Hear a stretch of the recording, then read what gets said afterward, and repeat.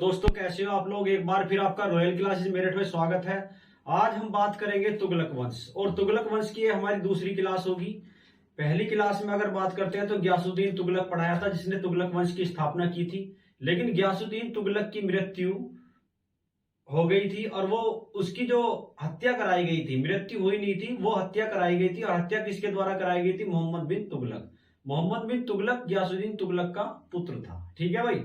तो अब इसके बारे में आज जो हमारी दूसरी क्लास है तुगलक वंश की, और वो है आपकी मोहम्मद बिन तुगलक। तो मोहम्मद बिन तुगलक के समय में जब ये गद्दी पर बैठा तो उसने कौन कौन से काम किए और कौन कौन सी योजनाएं चलाई, और इसे मूर्ख बादशाह, असफलताओं का बादशाह, रक्त पिपासु, ठीक है, अन्य नामों से जाना जाता है, उन्हें कौन कौन सी योजनाएं चलाई उसके बारे में आज देखते हैं। एग्जाम में जो पूछे जाते हैं क्वेश्चन वे सभी जो है इसमें समाहित किए गए हैं। तो चलते हैं।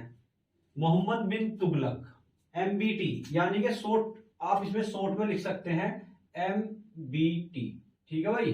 तो इसको जो है आप MBT के नाम से भी जान सकते हैं। M से मोहम्मद, B से बिन, T से तुगलक, मोहम्मद बिन तुगलक। अब देखिए पहला ये देखिए मोहम्मद बिन तुगलक के बचपन का नाम क्या था, ये भी एग्जाम में आता है। तो इसका जो नाम है वो आता है आपका उलुग खां। क्या नाम था इसका? इसका नाम था उलुग खां। ठीक है भाई, इसका नाम उलुग खां था। ठीक भाई, दुनिया का खां, इसे क्या कहा जाता है? उलुग खां को कहा जाता है, यानी कि क्या है? उलुग खां। इसका जो एक नाम मिलता है आपका, अगर बचपन का नाम पूछता है तो उलुग खां, या पूछता है इसका मूल नाम बता दीजिए तो इसका था उलुग खां।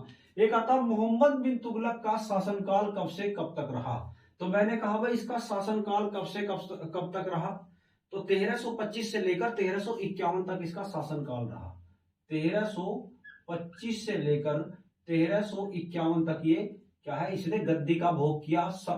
दिल्ली की गद्दी पर ये 1325 से लेकर 1351 तक बैठा, जो शासनकाल था। सल्तनत का सबसे पढ़ा लिखा सुल्तान था ये। ठीक है ना। तो ये कहते हैं ना कि ऐसा कौन सा सुल्तान था जो सबसे पढ़ा लिखा था। और पढ़ा लिखा की अगर बात करते हैं तो ये ऐसा सुल्तान था जो सबसे पढ़ा लिखा था। ये एक गणितज्ञ भी था। मेरी बात समझ रहे हो? ये एक गणितज्ञ था। और इसके बाद में अगर बात करते हैं, एक दर्शन शास्त्र के बारे में भी अच्छा जानता था, दर्शन शास्त्री भी था ये।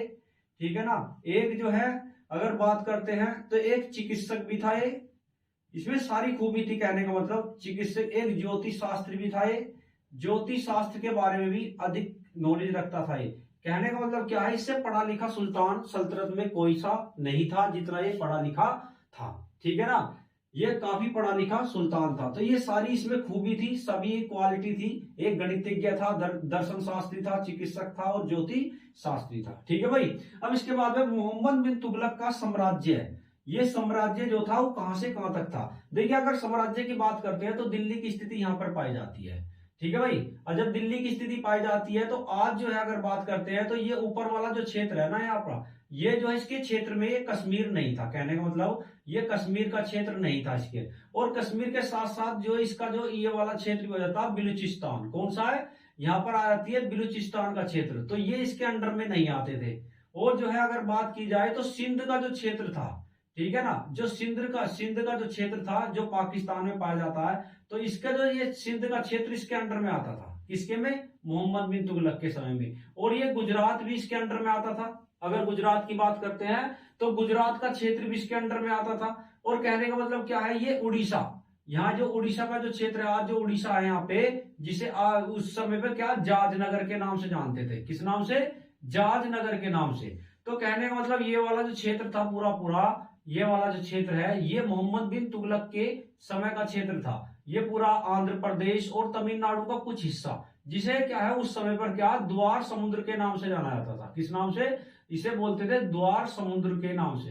द्वार समुद्र क्या है? द्वार समुद्र के नाम से जाना जाता था। तो इसका जो क्षेत्र था, इसने सल्तनत में, जो सल्तनत में दक्षिण भारत के जो सीमा थी वो द्वार समुद्र तक इसकी लगती थी। ठीक है ना, मोहम्मद बिन तुगलक की। अब इसके बाद में क्या हुआ, तो इसका जो शासन था 23 प्रांतों में बटा हुआ था। कितने में? 23 प्रांतों में इसका शासन साम्राज्य बटा हुआ था। लेकिन कश्मीर, अगर आपसे पूछता है कौन कौन से प्रांत इसमें शामिल नहीं थे, कश्मीर और बलूचिस्तान इसमें शामिल नहीं थे। ठीक है भाई, ये एग्जाम में पूछा जाता है। तो कश्मीर और बलूचिस्तान ये दोनों शामिल नहीं थे। 23 प्रांतों में इनकी कोई काउंटिंग नहीं की जाती, ठीक है ना। 23 प्रांतों में इसका साम्राज्य बटा हुआ था। मोहम्मद बिन तुगलक का काजी कौन था, वेरी इंपोर्टेंट है। काजी बनाया था इब्न बतूता को। किसको बनाया था, इब्न बतूता को काजी बनाया था। इब्न बतूता कहां का रहने वाला था भाई, क्वेश्चन ये पूछता है इब्न बतूता कहां का रहने वाला था। ये रहने वाला था मोरक्को का। कहां का था, मोरक्को का रहने वाला था। मोरक्को की स्थिति कहां पाई जाती है, अगर मोरक्को की बात करते हैं तो अफ्रीका, किसमें पाई जाती है, अफ्रीका महाद्वीप में पाई जाती है। इसकी स्थिति अफ्रीका महाद्वीप में पाई जाती है। और अफ्रीका महाद्वीप में मोरक्को की जो स्पेन के पास है, कौन सा एक कंट्री है अफ्रीका महाद्वीप में, स्पेन के पास है, ठीक है ना। तो इब्न बतूता ने कौन सी पुस्तक लिखी, यह है किताबुल ए रहला।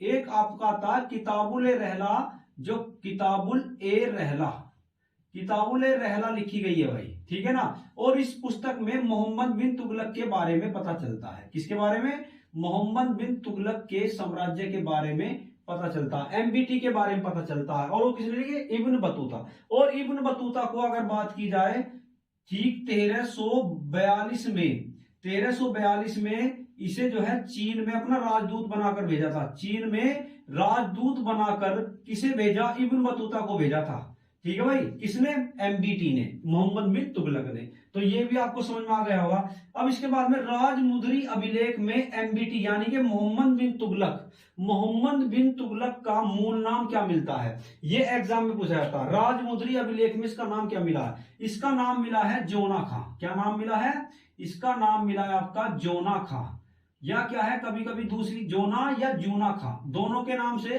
दो पुस्तक, जूना खां या जोना खां, ठीक है भाई, इसका नाम मिलता है, ठीक, जोना खां या जोना खां के नाम से। मोहम्मद बिन तुगलक के समय कितने विद्रोह हुए थे, और सल्तनत में सबसे अधिक विद्रोह किस सुल्तान के समय में हुए थे, ये एग्जाम में क्वेश्चन आता है। इसके समय में 34 विद्रोह हुए थे टोटल। कितने हुए थे, 34 विद्रोह हुए थे। और 34 विद्रोह में से अगर बात करते हैं, 34 विद्रोह में से 27 विद्रोह अगर बात की जाए, 27 विद्रोह दक्षिण भारत में हुए थे। 34 में से दक्षिण 27 विद्रोह ऐसे थे जो कहां पर हुए थे, दक्षिण भारत में हुए थे। और दक्षिण भारत की अगर बात करते हैं तो दक्षिण भारत में जब सबसे अधिक विद्रोह 34 में 27 हुए, तो इसने अपनी राजधानी दिल्ली से सीधा जो है कहां ट्रांसफर करनी चाहिए, देवगिरी। कहां पर, देवगिरी ट्रांसफर करनी चाहिए, ठीक है ना। और देवगिरी को अपनी राजधानी बना लिया, ठीक है भाई। अब इसमें से आगे जो क्वेश्चन पूछा जाता है कि मोहम्मद बिन तुगलक की योजनाएं कौन कौन सी थी, कौन सी, इसने 4 योजनाएं चलाई। पहली योजना करदोआ में वृद्धि, दूसरी योजना राजधानी परिवर्तन, और तीसरी योजना है सांकेतिक मुद्रा का प्रचलन, और चौथी योजना खुरासान व कराचील का अभियान, ठीक है। 4 योजनाएं चलाई गई। देखिए योजनाएं बड़ी फर्स्ट क्लास थी, इसमें कोई कमी नहीं थी योजनाओं में। लेकिन क्या है, इसके जो मंत्री थे ना अमीर, वे इससे चिढ़ते थे। कहने का मतलब इससे जो है काफी जो है नाराज थे। जो भी ये पैसा देता था मंत्रियों को, वो पैसा जो है वो सो अपने आप जो है अपने पास रख लेते थे, और उस योजना में क्या है खर्च नहीं करते थे, और बादशाह को बता देते हैं क्या है ऐसे ऐसे जो है हमने वहां पर इतना पैसा लगा दिया, लेकिन क्या है कोई सफलता नहीं मिली। अब पहली जो योजना बनाई थी इसने, वो कर दो वृद्धि में जो है, कर में दो वृद्धि 50% की कर दी। लेकिन उसी समय में क्या, जैसे इसने कर में जो है वृद्धि करी, वैसे ही क्या है अकाल पड़ गया, फसल हुई नहीं। और उसमें क्या हुआ, धीरे धीरे क्या है जो उगाने वाले थे मंत्री, उन्होंने क्या है अत्याचार ढाया। उसके बाद में प्रजा इसके खिलाफ हो गई, और उसके बाद में पता चला कि जैसी कर बढ़ा वैसी क्या है फसल सूखे में आ गई, और ये भी जो है इसकी योजना असफल हो गई, ठीक है भाई।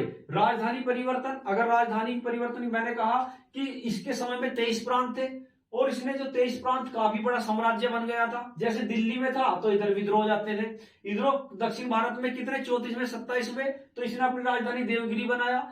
देवगिरी का नाम इसने क्या रखा, एग्जाम में पूछा जाता है। तो देवगिरी का नाम इसने क्या, कुतुबुल, अगर मैं कुव्वत यानी कि कुतुबुल इस्लाम रखा। क्या नाम था इसका, कुतुबुल इस्लाम के नाम से इसने इसका नाम रखा कुतुबुल, क्या है कुतुबुल इस्लाम के नाम से इसने देवगिरी का नाम रखा।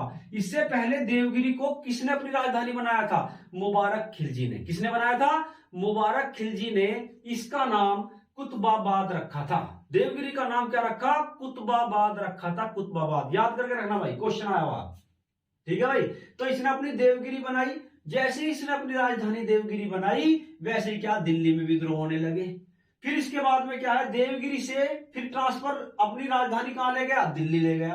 तो कहने का मतलब क्या है, इसने अपनी राजधानी परिवर्तन किस लिए की थी, विद्रोह को दबाने के लिए। ठीक है भाई। अब इसके बाद में राजधानी परिवर्तन हो गई। इसके बाद आता है सांकेतिक मुद्रा का प्रचलन।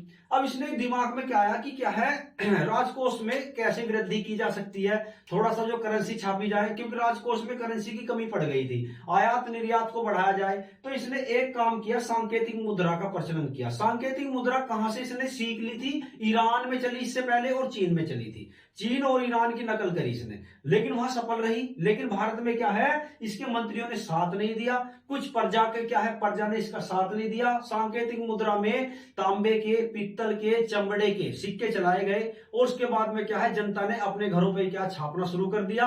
आयात निर्यात जो बाहर से बाहर होने लगा, जो करेंसी राजकोष में रखी थी वो जो की तो रखी गई। ठीक है, रखी ऐसी रही। और क्या है, मुद्रा जो है इतनी बढ़ गई, बहुत सारी मुद्रा बाहर से बाहर जो है छपने लगी। तो ये भी क्या है, सांकेतिक मुद्रा का प्रचलन भी क्या है, ये भी असफल हो गया। जैसे ये मुद्रा छापी वैसे क्या, इसे धनवानों का राजकुमार भी, कुछ विद्वानों ने इसे धनवानों का राजकुमार या सिक्कों का राजकुमार कहा। ठीक है भाई। अब इसके बाद में खुरासान व कराचिल का अभियान। देखिए खुरासान की अगर बात करते हैं तो उस समय में क्या है, खुरासान को क्या है, ईरान, अगर मैं कहता हूं तो ईरान में क्या गृह युद्ध छिड़ गया था और ईरान जो है गृह युद्ध से क्या है, काफी जूझ रहा था। तो इसने क्या काम किया, ईरान को भारत में शामिल करने का एक प्लान बनाया और एक जो है इसने फौज तैयार कर ली। उसमें उस फौज को कम से कम 1 साल का अग्रिम यानी कि एडवांस पेमेंट दे दिया। वो फौज में क्या है, 3,70,000 सेना टोटल जो तैयार करी थी, किसके लिए, खुरासान अभियान को, ईरान को भारत में शामिल करने के लिए। लेकिन क्या है, वो गृह युद्ध क्या है, वो टल गया और क्या है, आपस में जो है वहां शांति बहाल हो गई। और उसके बाद में क्या, जो अग्रिम पेमेंट जो दिया था राजकोष से, वो काफी क्षति हो गई उससे राजकोष में, और ये भी जो है इसकी योजना असफल हो गई। ठीक है ना। फिर इसके बाद में आता है कराचील अभियान। कराचील अभियान के अंतर्गत इसने क्या, इसकी एक योजना थी कि पहाड़ी राज्यों को जीता जाए, और पहाड़ी राज्यों को विशेषकर क्या, तिब्बत को जीता जाए। ठीक है ना। जैसे क्या है, पहाड़ी राज्यों में इसकी सेना एंट्री करी, वैसे क्या है, कुछ पहाड़ी राज्यों में क्या है, कुछ जो है, जो पहाड़ी राज्यों में जो राजा थे उन्होंने क्या, इस पे अटैक किया। अटैक करने के बाद क्या हुआ, इसके जो सेना जो भेजी थी वो सारी जो है रास्ते में भटक गई और 3 अधिकारी वापस लौट कर आए, केवल 3 अधिकारी ही बचे, वो भी क्या है, ये भी असफल हो गई। तो कुल मिलाकर जो योजना चलाई थी बहुत ही भले के लिए चलाई थी, विस्तार भी करना चाह रहा था, ठीक है ना, मिट्टी को दोआब भी बनाना चाह रहा था, राजकोष में करेंसी बढ़ाना चाह रहा था। लेकिन क्या, इसके अमीरों ने और इसके भाग्य ने साथ नहीं दिया। ये सबसे पढ़ा लिखा था, काम अच्छे कर रहा था, लेकिन क्या, भाग्य इसका बिल्कुल कमजोर था। ठीक है ना।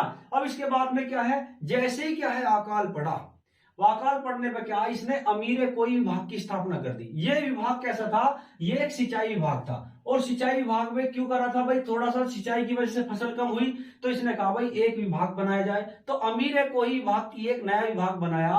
वो किसने बनाया, ये विभाग किससे रिलेटेड था, ये सिंचाई से रिलेटेड था, किसानों के लिए बनाया गया था, ये भी उनके भले के लिए बनाया गया था। अब इसके एक क्वेश्चन आता है कि ये सहिष्णु सुल्तान था। सहिष्णु का मतलब जानते हो, सभी जो है धर्मों से जो भी त्योहार थे सभी में क्या है, ये समानता देखता था। और ये क्या है, ये पहला सुल्तान था जो होली और दिवाली पर क्या है, समारोह में भाग लेता था। होली दिवाली में, हिंदुओं के होली दिवालियों में भाग लेने वाला ये सल्तनत का पहला सुल्तान बना है। ठीक है ना, इसलिए इसे सहिष्णु सुल्तान भी कहा जाता है। और इसके बाद में क्या है, इनके समय में अगर बात की जाओ, जिन प्रभासूरी, कौन था, एक जिन प्रभासूरी, एक जैन धर्म गुरु थे जो इनके दरबार में निवास करते थे, जिन प्रभासूरी। ठीक है भाई, ये एग्जाम में क्वेश्चन आया हुआ, very important exam, very important question है। ठीक है भाई। फिर इसके बाद में आता, मोहम्मद बिन तुगलक के अन्य नाम कौन कौन से हैं भाई, ये बताओ। इसे रक्त पिपासु कहा जाता है, खून को पीने वाला, कहने का मतलब कौन सा, खून को पीने वाला। क्यों कहा जाता है, क्योंकि इसने, इसके बुआ के लड़के ने विद्रोह कर दिया था और वो जो है कहां पकड़ा गया, सीधा जाके देवगिरी में पकड़ा गया। दक्षिण भारत में उसका पीछा करते करते वो सीधा दिल्ली से चला और सीधा कहां पकड़ा गया, यहां दक्षिण भारत में पकड़ा गया, जिसको पकड़ के लाया। और उसके बाद में क्या है, इसको क्या है, इसको मारकर क्या है, इसको मारकर इसकी खाल उतरवाई और उसके बाद में क्या है, इसे चावल के साथ चावल के साथ मिलाकर और इसकी बिरयानी तैयार की गई और इसके बच्चों को क्या है खिला दी गई, पत्नी को बच्चों को। इतना जो है इसे इसलिए से रक्त पिपासु कहा जाता है। धनवानों का राजकुमार क्यों कहा गया? क्योंकि इसने सिक्के चलाए थे, सिक्के चलाए, ठीक है ना, करेंसी चलाई, सांकेतिक मुद्रा का प्रचलन किया, इसलिए इसे धनवानों का राजकुमार कहा जाता है। मूर्ख बादशाह क्यों कहा गया? मूर्ख बादशाह इसलिए कहा गया जो भी इसने योजना चलाई उसमें सफल नहीं हुआ, ठीक है ना, इसे इसलिए मूर्ख बादशाह कहा जाता है। ठीक है भाई।